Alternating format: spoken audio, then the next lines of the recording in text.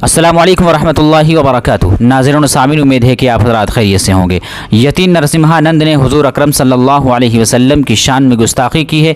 उस मलऊन पर सदर जमीयत उलमा हज़रत मौलाना सैयद अरशद मदनी ने क्या कहा है, आप हज़रात इस वीडियो में समाअत फरमाएँ। हज़रत वाला ने फरमाया, यतीन नरसिम्हानंद ने हुज़ूर अकरम सल्लल्लाहु अलैहि वसल्लम की नाकाबिले बर्दाश्त और शर्मनाक तौहीन की है और वीडियो में कही गई बातें पूरी दुनिया के मुसलमानों के मजहबी जज्बात के तई नाकाबिले बर्दाश्त हैं और पूरी दुनिया के मुसलमानों को शदीद ठेस पहुंचाई है।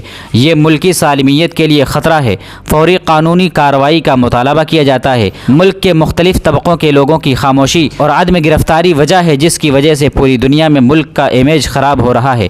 हुकूमत और एजेंसियों की खामोशी ज़ाहिर करती है कि अस्करियत पसंदों को सियासी हिमायत हासिल है और कार्रवाई न होने की वजह से बदमाश अनासिर को यकीन हो गया है कि कानून के हाथ उनके गरेबानों तक नहीं पहुँच सकते, क्योंकि उनके सरपरस्त इक़्तिदार में हैं। गुस्ताख के खिलाफ रिपोर्ट दर्ज कराना काफ़ी नहीं, गिरफ्तारी और कानून के मुताबिक सख्त सज़ा ज़रूरी है।